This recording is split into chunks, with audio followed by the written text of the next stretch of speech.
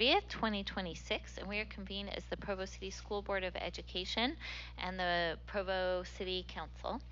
And we are meeting at the Provo City School District offices at 280 West, 940 North in Provo, Utah. And we will begin with a roll call. And Melanie, let's start with you and we'll go around this way. Melanie Hall, School Board Member. Meg Van Wagenen, School Board Member. Gina Hale, School Board Vice President. Patrice McKay, Provo City Council. Jennifer Partridge, Board President. Wendy Dow, Superintendent, Provo City School District. Devin Daly, Business Administrator, Provo City School District. Rachel Whipple, Provo City Council. Jeff Whitlock, Provo City Council. Gary Garrett, Provo City Council. Terry McCabe, Board Member. Becky Bogdan, Provo City Council. Oh, you want staff too. Justin Harrison, Council Director.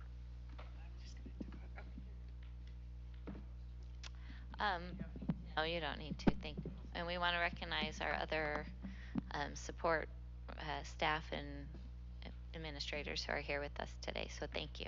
Appreciate you being here. All right. Do we have a motion to convene our joint meeting? I move that we convene our joint meeting. Okay, motion made by Board Member Hall. Do we have a second? I'll second. Second by Board Member Van Wagenen. All in favor with aye? Aye. Okay. We are now in our meeting, and we'll begin with our first item, which is just a discussion regarding our school district celebrations and successes that we wanted to share with you today. And so we'll turn it over to Superintendent Dow. Thank you everybody for being here. I wanted to just give a particular shout out to Franklin Elementary's 6th grade team. They have concluded their RISE testing and they have seen a 14% increase in proficiency in 6th grade alone from last year. We don't have all of the data from the whole school, but that was, there have been some significant challenges with that particular cohort specifically, and just students really struggling. And so just there's a lot of really good work going into Franklin Elementary, and just wanted to celebrate all of their work there. We had our first, I don't know what you would call it, evening of celebration, where we brought all of our teachers and employees that were being recognized together and did a dinner for them, and just got a lot of positive feedback. I think it was really empowering to see just how many educators we have that are working together to really create a great learning environment for all of our students. And then we were just recognized as having the highest increase in concurrent enrollment, enrollment and credits received in the state between both Timpview and Provo high schools. And we have over 50 students who have earned their associate's degrees between the two high schools, and then almost another 50 students who have received their general education. And that doesn't include all of the advanced placement courses and whatnot, but over 6,100 credit hours have been earned by our high school students so far, which ends up being a savings of over $1 million for our students. So those are just some recent things that have come in just this last week. You know, that's coming on May 12th. That's all right. We also did receive the Sorensen Legacy Arts Award from the state of Utah for outstanding music educators. So every single music educator in the elementary level will be recognized at our board meeting by the state of Utah on May 12th, and that's all funded through the Beverly Taylor Sorensen program. So, because we're awesome. That's all I'm gonna say. There we go. No. Okay. All right. Awesome. Do we have anything to add or questions about this item? Okay, awesome. We just have a lot of really good things happening in our district and our schools. We invite you, if you council members ever want to come in, we'd love to come show you all the good things that we're doing in our schools. So, all right, our next item, sorry, went off the agenda for a minute. Oh, thank you. Our next item is a discussion regarding the Provo City Economic Development Plan. I'll turn it over to Catrice to talk about that. Jeff, do you want to talk about that for the school board and just explain to them how that's one of our goals this year, and what we're doing to execute it. All right, happy to do so. So I'll talk like this and hopefully the mic picks it up. One of the goals of the City Council is to try and improve economic development in Provo. There's a few metrics that we're looking at as we're trying to do that. One of those is AMI, area median income, and specifically trying to find opportunities to work, cultivate existing industries or existing strengths to try and create job opportunities for people in Provo. And another one would be essentially how much we're able to retain and create opportunities for graduates. We can send a list of different economic metrics that we're looking to try and promote. Historically, obviously, Provo is a great place. We have a lot of good strengths, but there hasn't been a coordinating strategy or document to say this is how we're going to cultivate and work with industry to promote it. And so that's what we're trying to do, is create like a high level vision and strategy for the city to understand how we're going to try and promote and coordinate with industry. And so I think that'll be helpful to the market. It'll help and guide some of our zoning policies. Potentially it'll ways that we reach out to business, our economic development efforts through our economic development director. So in order to do that, we wanted to get some outside support from a firm who can help us look at what's happening in Provo and what's happening nationally, and try to kind of pair Provo's unique strengths to national economic trends that are current and will be sustainable in the future, and try to help us come up with that strategy. So that's a brief update on what we're doing there. We just got our RFP submissions. There's 10 firms that have submitted a proposal to work with us on this, and we're going to be reviewing those today, actually. Awesome, thanks, Jeff. And in regards to students, we've always had an educated population in Provo, right? But a lot of people they're undervalued in their education, in their jobs in Provo per se, right? And we want to create more high-paying, educated-based jobs that people can stay in Provo, and they won't have to leave to utilize their degrees or necessarily to get ahead from the city of Provo. So that's one thing that we're looking at in this big picture.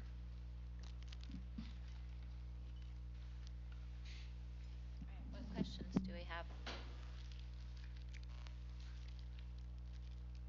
I'm just curious, once you determine what you want to have happen, how does the council guide those kinds of things, right? How do you work to bring in jobs in certain industries and things like that?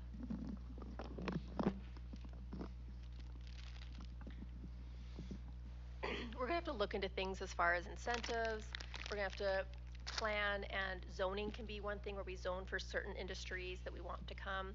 Getting it out there, right? We're collaborating. I don't know, there's definitely talk that it could be something medical, right? Because we have a lot of medical things going on in Provo. So it's something in the bio areas. And we don't know the answers yet. So I can't speak to what it would be exactly, but we'd work with our partners. They're integrated in that space, and get the word out there. And because if our economic development can work on getting those companies or the kind of industries we want to be incentivized here and have the zoning ready, and there could possibly be incentives set up, but this is all in the beginning phases. Like, we don't even know what that would look like yet, because we don't know what we're going to try to attract. Can I add something on that? So, plus one to what Councilor McKay just said, another, just adding a little color on top of that, is depending on whatever the theme and the industry and location-based theme of the strategy, you'll find that there may be bottlenecks to actually more growth happening in those industries. I doubt those are talent bottlenecks given our university, and that's one of our unique strengths, but there could be facility and location bottlenecks, there could be transportation bottlenecks, there could be housing bottlenecks, and so that's one of the things we want to try to identify. And then there's, as Councilor McKay just said, there's a lot of things in the city toolkit to help address those bottlenecks. So as you guys are putting those together, we are working, like we just said, CTE, our career and technical education classes, and we have the CAPS program that pairs our students with community business partners. So as you guys are putting together those plans, it would be awesome if you think of ideas, or if you have an idea about how we could work well with the businesses you're talking about, or how we could fit into that plan. I would be really interested in hearing about those so that we can be part of all of this. I know it's different. I recognize that students, like graduate students in college, are different than high school students, but I do think that maybe it could fit somewhere in your plan. Well, this is very blue sky, but to that point, higher education is obviously in a period of a lot of change and uncertainty, and I think earlier, this is my perspective, but earlier people are able to get hands-on experience through apprenticeship and experience is the better, and so I don't think thinking about that at high school is too early, frankly. Well, I was just going to ask a question about how many of these jobs are requiring a college degree versus they just need some sort of post-secondary. We're trying to partner with an organization called U-Science that we want to start doing in middle school. They've already started doing it at the high schools, but what it does is it doesn't just measure student interest in career pathways, it actually measures their aptitude, and then we're trying to pair that with what are the new industries that are coming in, and then where our students have that aptitude, so we can kind of push them into, I mean, not literally push them, but encourage them to go into those career pathways, so we have that workforce that's in place. So it'd be great to collaborate on that so that we can be identifying that and supporting in that way as well. Love to do that. What are you guys thinking in terms of the timeline of this firm? With the firm, how long do you guys think this process will take? Cody's not here to correct me on exact timelines, but if I recall correctly, the RFP evaluation is starting today.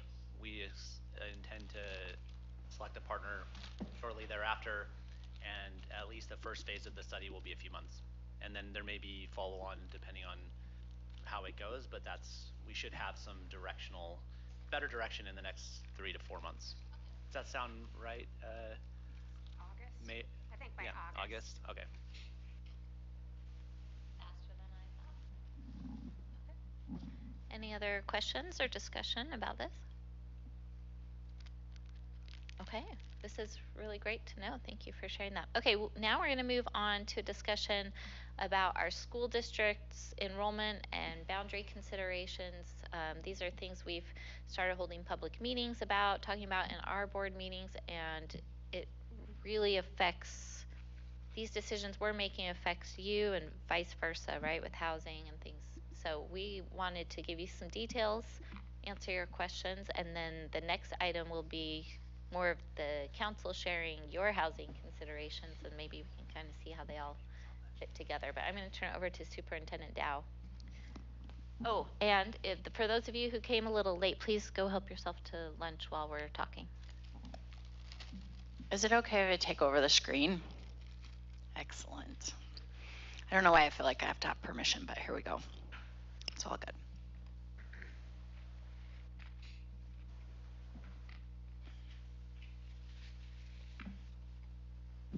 Theoretically. There we go.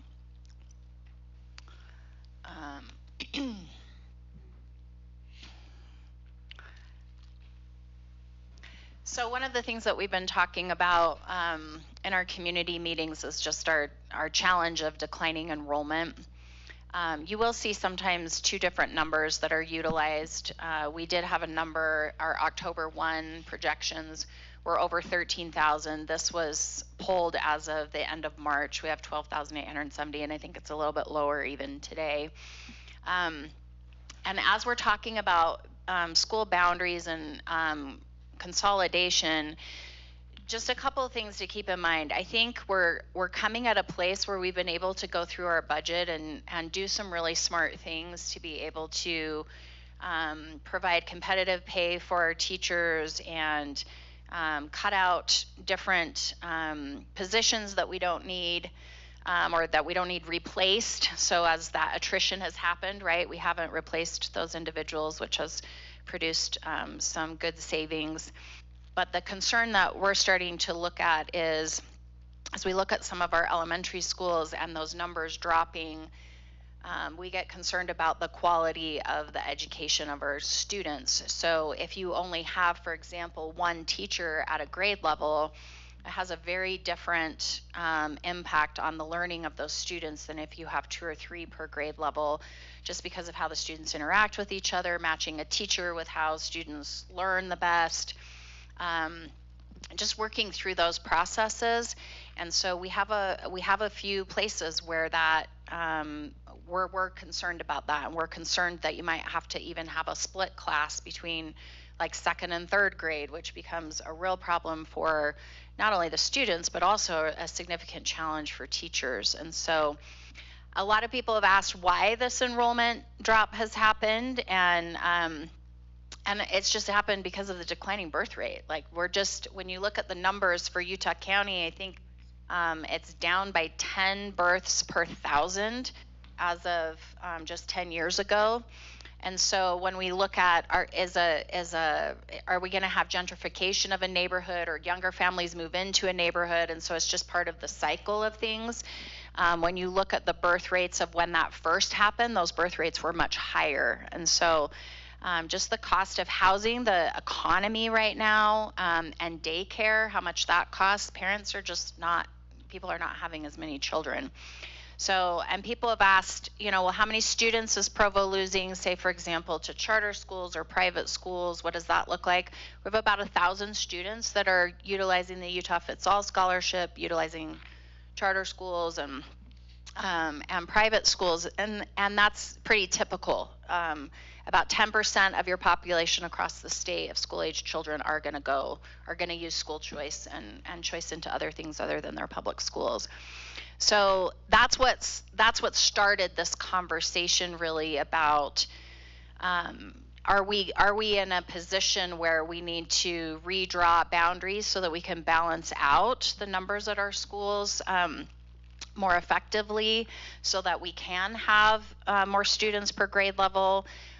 We've noticed that at 2 of our schools, like Wasatch and Canyon Crest, where we have dual language immersion programs, we've had some parents really concerned about the experiences that their children have had in the non-DLI side.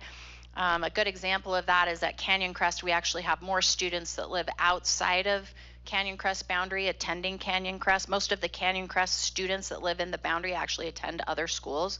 They don't actually attend Canyon Crest. So there's just there's some unusual dynamics that are happening that we need to look at. And even if we redraw those boundaries and try to balance out the schools, because we do live in a state of school choice, unless a school is at 90% capacity, you can't deny a student from attending any school of their choice. And so we're trying to figure out how do we do that with 13 elementary schools, and do we even need to look at that, or are there other things that we can do in the process? So with that, we're trying to have conversations about dual language immersion, and really it's boiling down to the educational experience of the kids. Students that are in dual language immersion are having phenomenal experiences, but the kids that are sometimes left in those singular classes on the other side, I have a class at Canyon Crest that I think has 9 students in it at one of our grade levels, and those 9 kids are going to go through that cohort 1st through 6th grade all together for their entire elementary experience, and that could be a little challenging. And so we want to solve that issue, as well as just making sure that we don't have to start sharing teachers, for example, across schools. Like, I worry, if I have got Franklin at 294, should I really have a full-time music teacher there?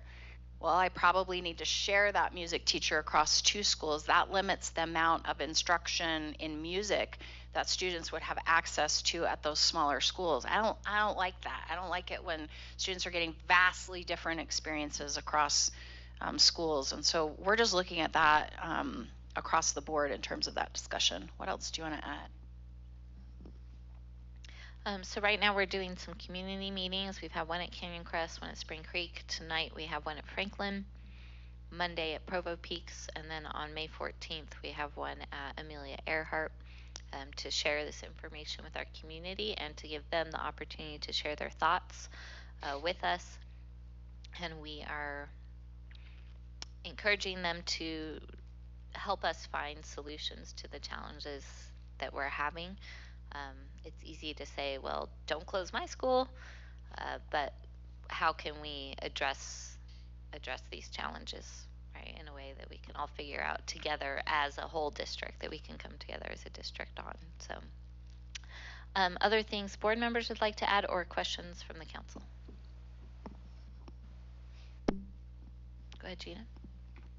I just want to thank everyone who has come out to the meetings and shared very positively and passionately, right, but respectfully, their viewpoints and talking to us about their schools and the great things about their schools. I love to hear all the wonderful things that are happening in our schools. So I really appreciate everyone who has come out and respectfully engaged with us and helped us to kind of figure out what we can do with these challenges. I would like to make sure that everyone watching recognizes that this is a school board decision. I feel like sometimes the fire gets directed at the district, particularly our superintendent, and while she is helping us, she understands the impacts on students way better than I do. This is a board decision, and so we would love to hear from you. But I just wanted to point that out, that we as a board are trying to be very cautious and thoughtful about the decisions that we're making, which is why we are involving the public so early in the process, which it's a great thing to involve the public, and it's also a difficult thing because it is at the very beginning, but people think we're at the end of the process. So I just wanted to point those two things out. Number one, this is a board decision that the superintendent and the business administrator in the district is helping us with. And then the second thing is we really are trying to be thoughtful about this, and we really do want to hear from you, and this is the very beginning of the discussion. We honestly, no decisions have been made. I have not talked to anybody about anything except, do we need to close the school, and if so, what would that look like? But I think we've even backed up to just, do we need to close the school, and what are the factors we look at? So I just wanted to point that out because I think some people may be a little confused about whose decision this is, and that's the end. I'll also add, we are looking also at our dual language immersion programs overall to see if we can maybe adjust some things to make it a better experience for everyone. What that's going to look like, we're not there yet. So we're studying that, but we recognize we need to make that decision before we can decide anything about boundaries or possible school consolidations, because the decisions we make about the dual language immersion can affect where people want to go to school. So we're kind of looking at both at the same time, but we'll need to make that DLI decision first.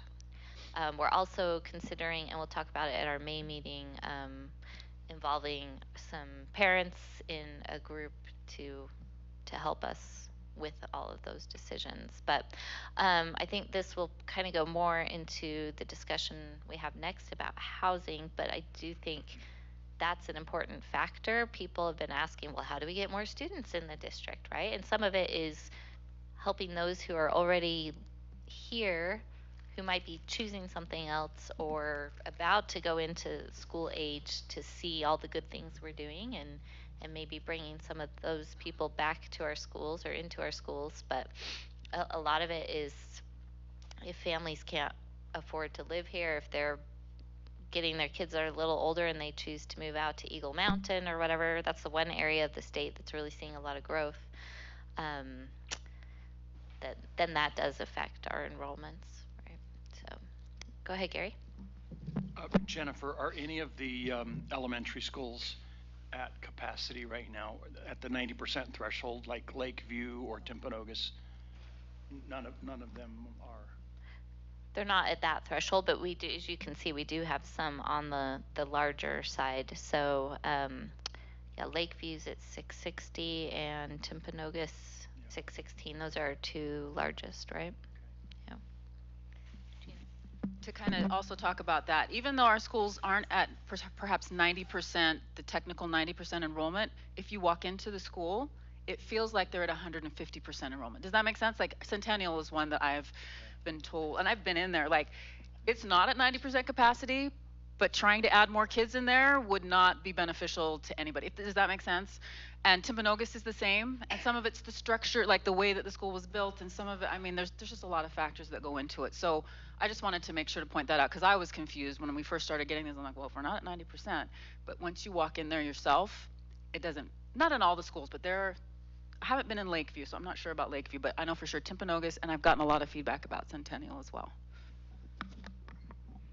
And we'll want to be mindful as we do work out these decisions of we want to utilize our buildings effectively, right?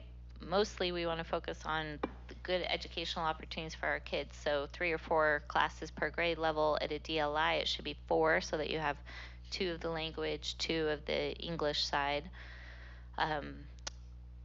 But we also will need to not put them at so much capacity that there's not room if a development comes in, or if a neighborhood kind of cycles through and all of a sudden we get a bunch of new younger families coming in, right? We need to be mindful of that, but also we're recognizing that long-term trends are pointing to just fewer kids generally, and it's a statewide thing. Other districts have closed schools, are closing schools, and even we were at a national conference about a month ago and finding that it's a nationwide thing as well overall. So, go ahead, Jeff.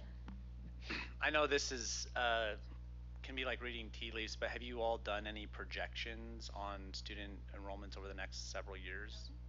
What does that look like? So the enrollment is steadily going down. I mean, not like great big jumps or down, but there are we have projections of next year about 12,700, between 12,700 and 800, and then maybe 25 or 50 students for the next several years. So you can see up there on our forecast.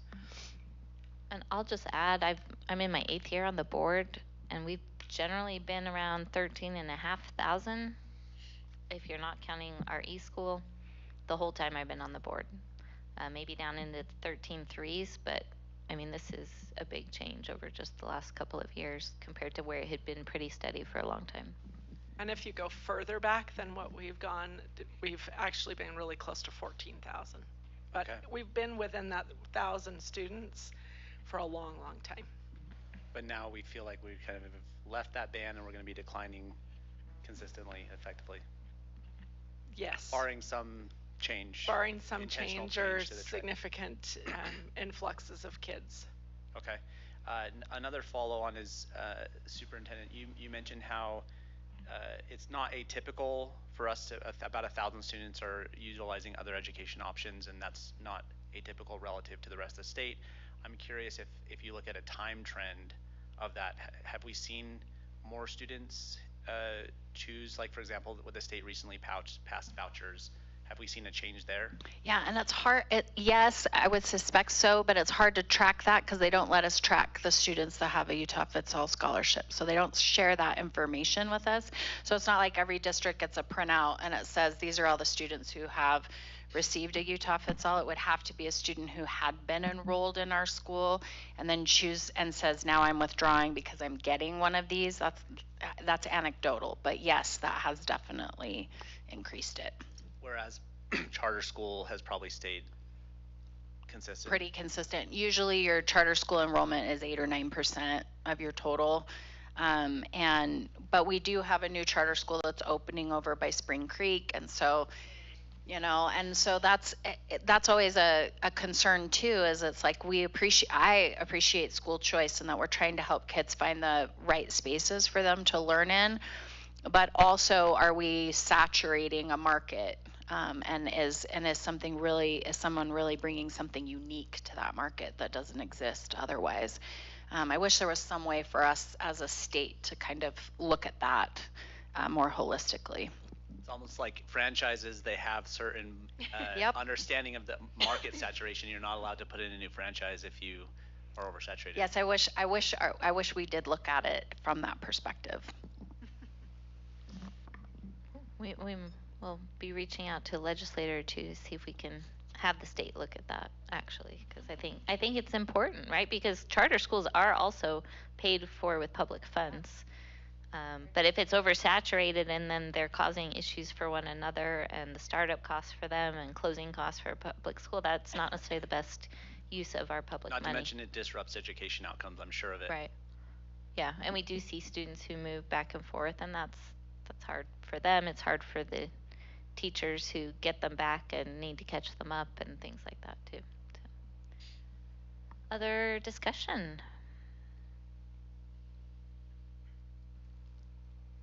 Okay. Yeah, this is going to be something we're going to be talking about for quite a while. As Gina emphasized, no decisions have been made. It will take a while to make them. Once we get an idea of where we're going with it, we of course want to be transparent with the community and will be very public about it, but there are also legal requirements of how many days of notice we have to give in public hearings for any boundary realignments, and there's even more if we were to choose to close a school. So it will be very public, and we will keep you guys posted on all of that. So, all right. Our next item is a discussion regarding our city housing and also accessory dwelling units, of how it goes with that. And Catrice, would you like that one? Justin, do you have the presentation on that? I don't have a presentation. Yeah, okay, doesn't matter. All right, so the state made a mandate this last legislative session where external ADUs are allowed citywide on 11,000 square feet or more. Now, those are external units, and they can be built as big as just not bigger than the existing house. So we just have no idea what kind of response we will get from that. My guess would be that you'll see more of it done when houses are originally built. Now, if people are going to add it on after the fact, we just don't know what to expect. There are parts of the city that already allowed that, and we've had 2 in the last 5 years done of external ADUs. So, in the past, in the areas they were allowed, it wasn't used very much, but we have no idea to know. Now, the big housing units we have coming up, we've talked about this. I don't have the numbers on me, but the big one that's almost done is the one down along the river at the Riverwoods Mall, so just north of Riverwoods Mall. And that's about, I think, 200-ish units, and they are 2 to 4 bedroom townhomes that are rented. So there's that stock. My understanding is they're about 75% rented right now. And then there is going to be the development. It's above Canyon Road up on the foothill there. Pays Ranch is what it's above, like that area, if you're familiar with the area. But that could be, those will be probably bigger homes. You're looking at 100-ish lots. Now, this is a kind of development where a person could buy 2 lots to build 1 home. So, maybe 75 to 100 lots is, new houses is would be my guess. But again, you'd never know. This is a guess. And then there is a development right across from the creamery to go on Canyon Road. And that is 18 homes. And those are going to be hopefully bigger 4+ bedroom homes. One of the things our city is short of is 4+ bedroom homes as far as our stock. And we have found historically that because of that, we lose some larger families as they're growing to other cities. And so we lose those teenagers. And then we also lose a lot of companies that start out in Provo, but as they grow bigger, they want housing for their executives, and they look for a place to move where their executives can have the housing, and a lot go to Lehigh, right? So, we need some bigger homes, which is great. We're gonna have lots of development on the west side. We have over 4,000 units that have been entitled but not built. Okay, so that means they're already approved, they can start building anytime, but they have not built them yet. Citywide. It's on the west side, it's everywhere. So, do you have something you want to say, Becky? We do have that Heron's Landing that was, what, 70 units? That Okay, has talk about started that. to be done. But those, from what I'm hearing, and this is just gossip within the neighborhood, that some of those are big enough to have ADUs in the bottom, and so they're being built with the ADU. So typically in something like that, you would see a family, a smaller family, because they don't need the whole entire home. Some of those are 7-bedroom homes, right? So in fact, the couple that walked through the one over there in Heron's Landing said that one was 7 bedrooms, 3-car garage. So if you have one of those walkout basements, you could easily do an ADU and then stick the rest of it up top. So you could probably get a couple college kids in the bottom and something up top. 1560 South, 10th West, over by Shoreline. And there's those 5 homes that are coming in just right south of Sunset Elementary. And then we have, I don't know how far they are, but we've switched those out over by Lisa's house.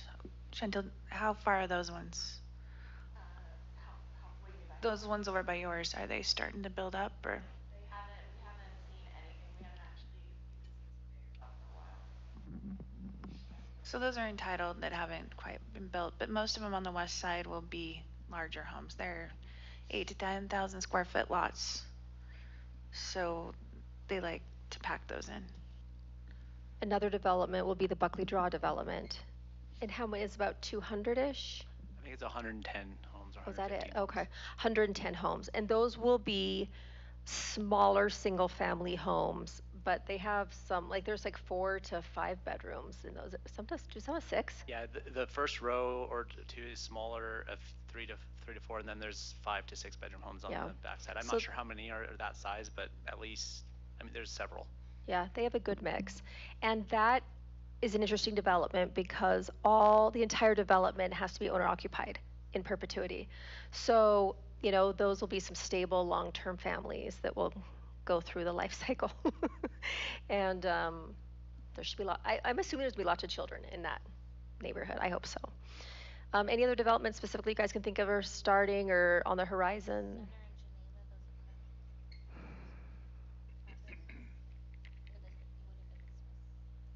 Oh, yeah, that's true. Those are all rental. That never came to us. It was already zoned, so it was entitled. So we didn't speak to them, and I don't even know how many units they're doing. Those are all apartments. I don't know if they're all 2-bedroom, 1-bedroom, 3-bed. I have no idea what they are.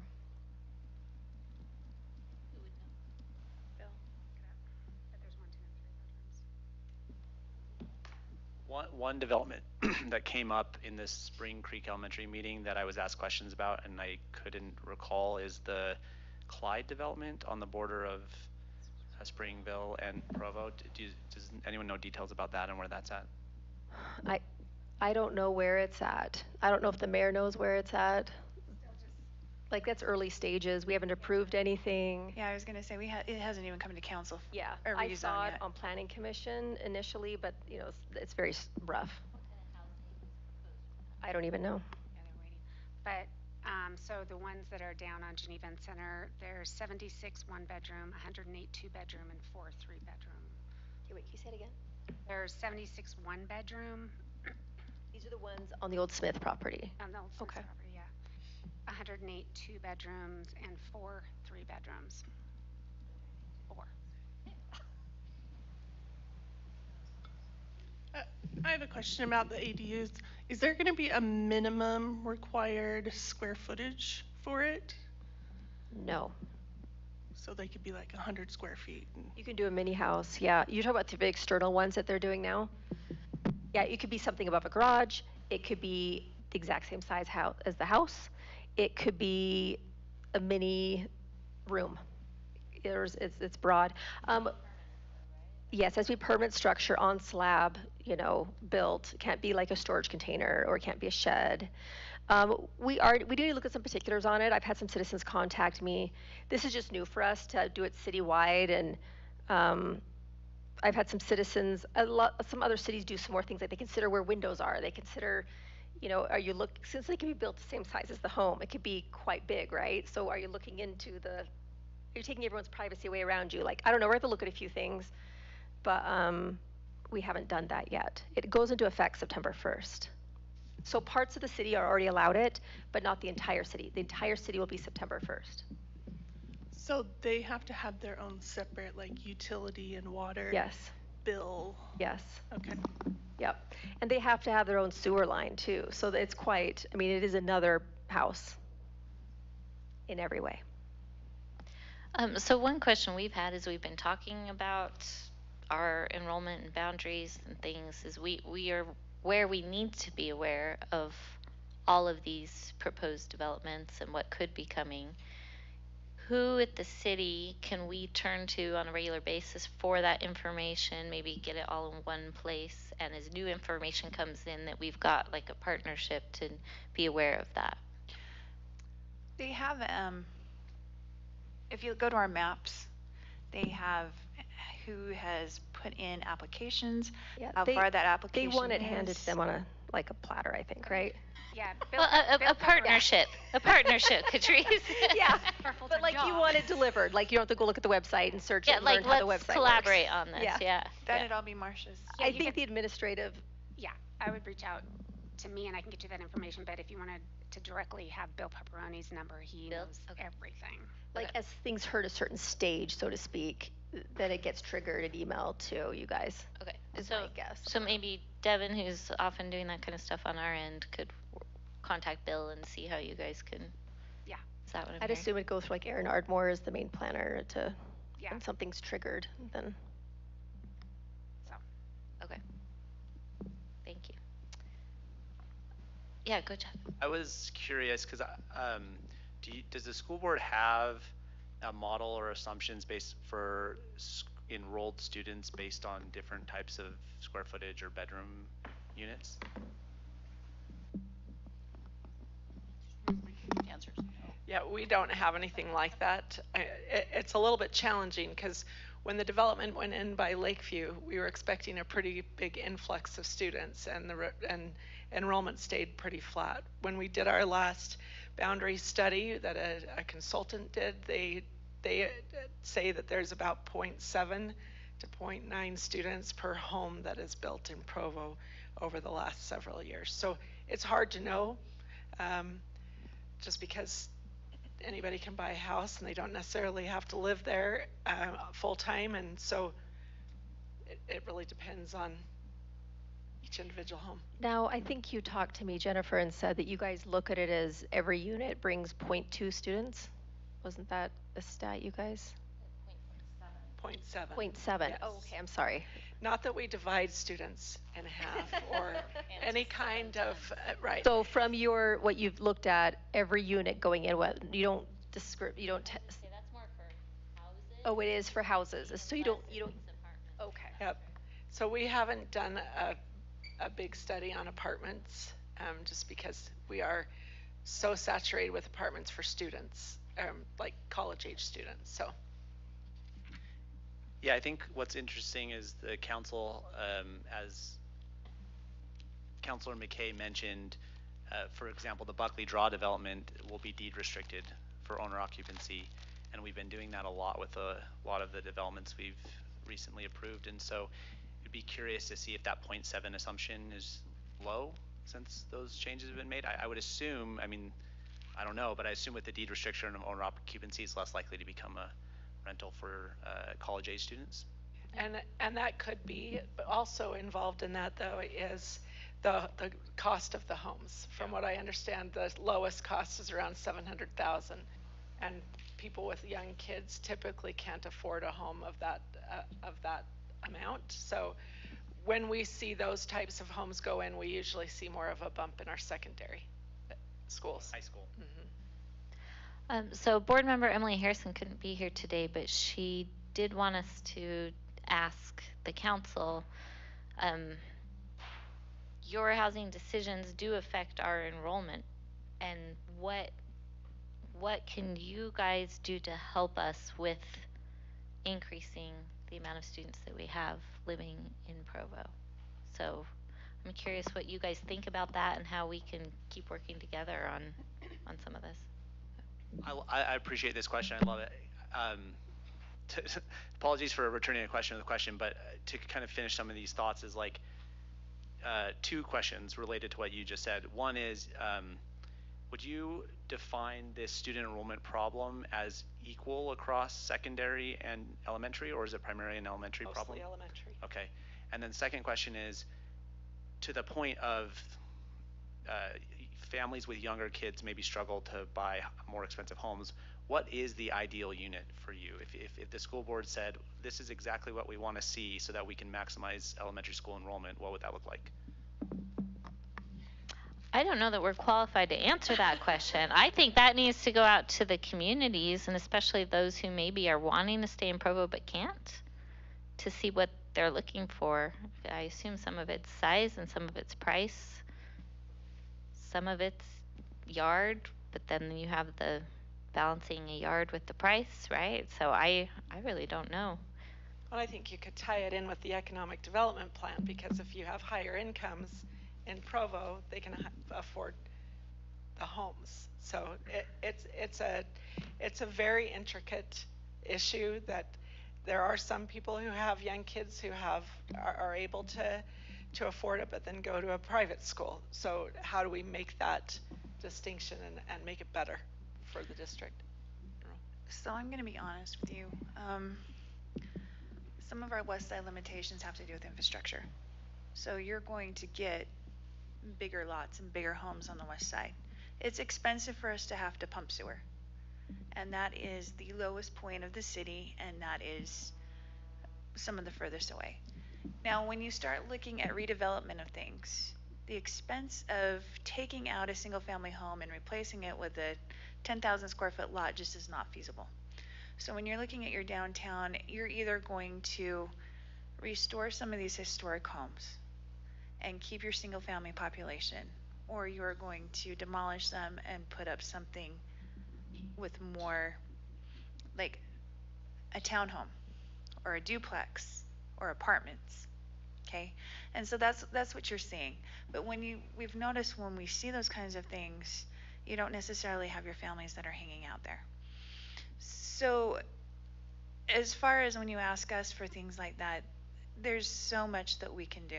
And you're seeing that with Orem too. You're seeing those downtown along those heavy corridors. You're seeing some of those single family homes knocked down, and then those bigger apartments going up along State Street and other corridors in Orem. So I think that's important for you to look at. And the other thing I was going to say is Bill can give you numbers all day long, and we can have entitled units all day long. But sometimes those don't get built. That Heron's Landing has been sitting there for years, and it went under, someone else bought it and sat on it, and now they're starting to build those homes. So really, if you get to look at the maps, if you guys are curious, as board members or as a superintendent, there is a map on there with the development stuff on there, and it'll show you at what stage it is. And then you guys can look at that. And so you at least know where they're at. You can drive past the ones that are over like Chantel's house, or there's some on Geneva Road that are entitled units that I don't think are going up yet. And then you can see that. You can see, obviously everybody's curious about Center in Geneva, right? How many units are going up there? The mall's negotiating a lot of apartments there that we're trying to get homeowner occupancy in. So you're going to see a lot more of that type of housing in those where it makes sense. If you're closer to the commuter rails, you're going to see more commuter housing, hopefully. Over by BYU, you're going to see more apartments, more student housing. I have a quick question. So in my neighborhood, I live on the northeast side. I'm seeing families that are choosing not to buy the homes because they can't rent out the basement because they're not able to afford the home. So I'm not seeing families moving into my neighborhood. Is this something that as the council has thought about maybe bringing back? I know I'm going to be an empty nester here in the fall, and I'm not even 50, and it's going to sit empty. I can't legally rent my basement out until, is it 65 or what is it? 60. 60. So 10 years, I legally can't rent it out. But is there something we could do to look at these and to look at this again? This is a really contentious issue. And we have totally different opinions on the council with it. So one thing I can tell you, I can just tell you my opinion, and that's it. But I'll tell you my opinion on that. First of all, 62% of the city does allow ADUs. So there is a significant portion of the city that allows it. A lot of people where you live do not want them, and they're very frustrated by what's happening in their neighborhood because of them. And then there's, like I mentioned, we have our shortage is 4+ bedroom homes. So there's the dynamic that happens that's interesting. You have a 6-bedroom home, and a family doesn't need the full 6 bedrooms, but they realize, oh, I can buy more if I rent out the basement. So they go from the smaller house they were going to build to a bigger home because they can get more yard and they get the neighborhood they want, or whatever the reasons are. And they will be approved for more money because they can rent out part of it. While a family that can't afford to rent out, they need the whole space, will get outbid by them because they can pay more because they're renting out part of it. So it exacerbates our problem of the 4+ bedroom homes that we already have a shortage of. So there's an interesting dynamic there. I know that's part of my thinking on this issue. Now, that being said, there are thousands of illegal ADUs in Provo, right? We all know it. They're on my street, they're everywhere. So it is complicated. And I wish we had more of a stock of that 4+ bedroom home, that it wasn't such an issue. Because again, keeping those families is an issue as they grow, and we are losing them. But anyone else is welcome to give their opinion on that. Mine is a little bit different because it's not ADU related, but when I hear of people wanting to purchase in the Northeast around your area, the homes are just so old. And they do not want to come in and get burdened with an old home. There are even people that I've talked to, even that get hired by the school district, that can afford them, that choose to live in another city just because that housing stock is so old. The newer stuff's coming on the west side, the newer stuff's coming in Eagle Mountain, the newer stuff's going in Spanish Fork, and that is where they would rather be. But if someone came in and bought up a bunch of those single family homes in the Northeast, you're going to see the same thing with downtown. You're going to have to build it more dense. So you either keep that existing stock and people come in and they refurbish the home and they bring them up to modern code or whatever, or people are just going to choose not to live there. It's not because of the ADU situation from what I'm hearing. It's because the housing stock is older.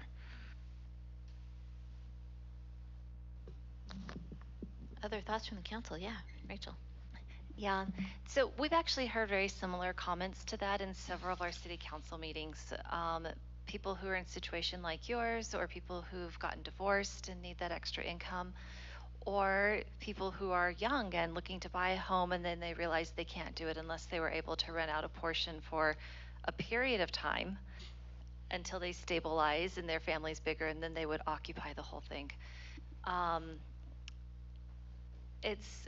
There's not, I think, enough counselor appetite to address that right now, even though there is a significant portion of our residents who would like it. It just doesn't appear to the whole council that a majority of the residents want that enough that it's justified to work on it. To Becky's point, if we were to allow ADUs in these areas where we've got the older house, that could be a way to incentivize those upgrades, right? You could afford to get the loan to do the upgrades to fix your home if you know you're going to be able to rent out a portion and do it. And we've had similar things raised with short-term rentals, which I think none of us in the room really want in our residential areas, but that was a way that people could afford to pay to renovate a much older home. So there are lots of different options and solutions, but we really just need to build consensus in order to address them.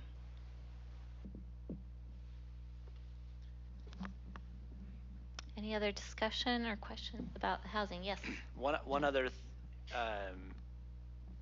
dynamic when it comes to ADUs, and this is related also to, I don't think it was mentioned when we talked about the new state law for detached ADUs, is in city code, ADUs must be owner occupied. So the main unit must be owner occupied. That is something I think historically, as I've had lots of conversations with constituents, there's a lack of trust that that's being properly enforced. Things start off as ADUs and then they become duplexes rented to college students. I'd like to understand the reality of that problem versus the perception of that problem more, but that is something that a lot of residents see and talk about. And that's something I think as a city we could get better at enforcing, and we're talking about ways of doing that. And perhaps maybe when we have more trust around that, there could be opportunities to explore more consensus. Gina? Just as we're coming to the end of this, I appreciate all of the discussions that we're having, right? And I want to make sure that the questions that we ask, that you guys and the public understand that we want to work with you. Like we're not trying to demand that you guys fix our problems, but we do look forward to working with you and having you help us find the maps. The mayor was helping me find the maps that Becky, I was just gonna raise my hand and she's like, if you're looking for the maps, you can find them here. So I found the maps, but it took probably 10 clicks to get there. So, I just wanted to thank the council for working with us and just to make sure you understand that any questions that we ask are in the spirit of collaboration and how can we work together for the betterment of our citizens, right? And so because sometimes I wonder if the way when we ask things, we sound like we're demanding things. We just want help, and we want to help you guys with whatever it is that we can help you with. No, I mean, I really appreciate the collaboration, and I think that the student enrollment problem is a very big problem for our community, and I think we're the people who have some, obviously there's national trends and things we can't control, but we have some influence over it, so I appreciate the collaboration. Great. Anything else on this topic? All right, we'll move on to our last agenda item, and that is just HTRZs and RDAs. The school board was just curious what of these might be coming up that we should be aware of that would affect us or that we would be a part of the decisions on those. Nothing is eminent, so to speak. I guess maybe the Walmart would be considered, but that's not a HTRZ. The only thing is we're looking at the mall redevelopment, so that's a big one. But that is very early stages. I don't feel like we don't know anything yet. But whatever is done there will most likely have an HTRZ. There's nothing else, is there? What, Becky? If we develop the city center block, that could potentially be in the same HTRZ. Yeah, that's even more far off though, and we don't. But yeah, that's possible. But just so you're aware that whole area, and then it triggers. Isn't there a certain amount of time that it triggers? So many times that it triggers, Justin. Yeah. So I don't know if there's any specific questions about HTRZs. We talked about this at the last joint meeting or 2 joint meetings ago. There are specified in state law that there's only so many trigger dates that they're called within that area of up to 100 or 125 acres, depending on how far they are from transit. So you've got a maximum of 3 trigger dates for the 25 years of collection over 45 years. So it's a lot of years, and I think. Yeah, we don't have to do the 25. You could do 20, you could do 15. So all that's negotiable. But yes. So I think that the council is trying to be really thoughtful about getting information, even though these are very preliminary projects from developers on what that timeline looks like. Because I think the last thing we want to see is a proposal that doesn't start being built for 20, 25 years and still has 20 years on the books. That makes it hard to plan for the city and for the school district and all the taxing entities. And we are cognizant of the taxing revenue, and it would affect you guys, obviously. So we want to see everything, the numbers, the long-term projections. Like, it has to be a win-win all around. Like, it has to be where, they're bringing in so many X times the revenue of this area that it's a win for everyone, including the school board, because you get the majority of the property tax. But we have severely depressed areas that are very underutilized, and they're not going to happen without some possible trigger. So we have to it's negotiating all that. But it's as Justin alluded to, we are taking it very thoughtfully, and it's very oh, it's gonna be so slow. I don't, like, if, when things are actually coming to something, we will follow up with you and let you know, but it's very preliminary, and right now, we're not getting what we want, so it's not really getting a lot of traction. But even if so, those triggers are per parcel? Not per project?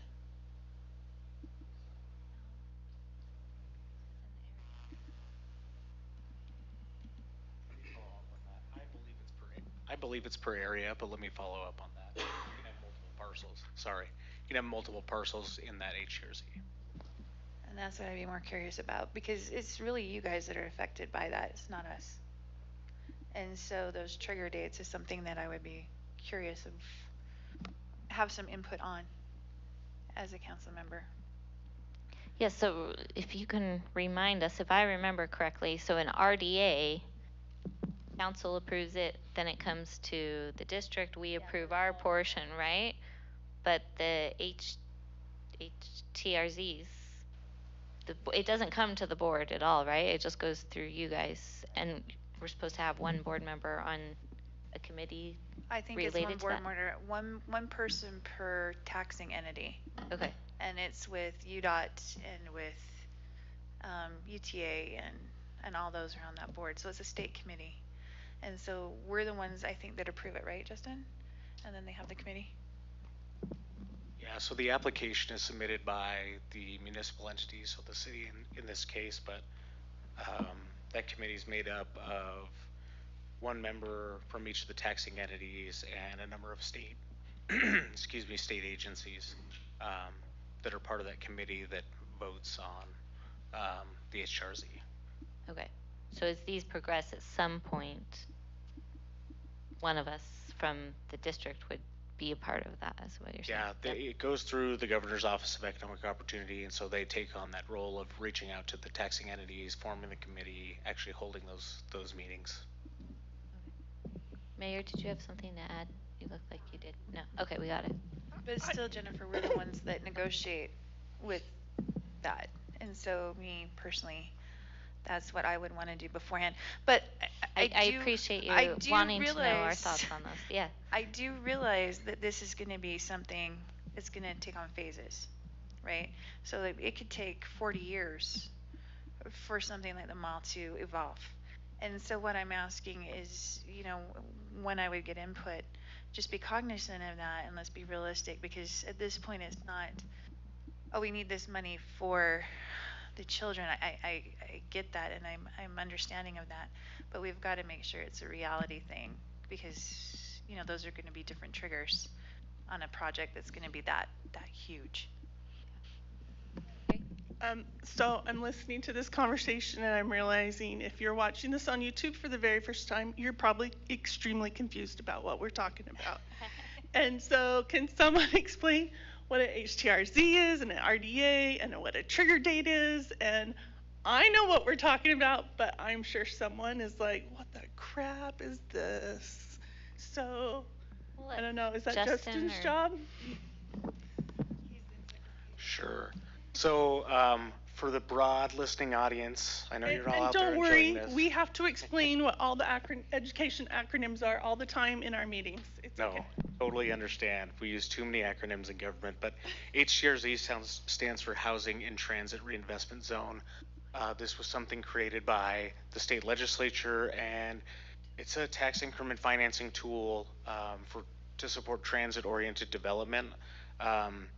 There are limits to where these can be placed or assigned. It's got to be within a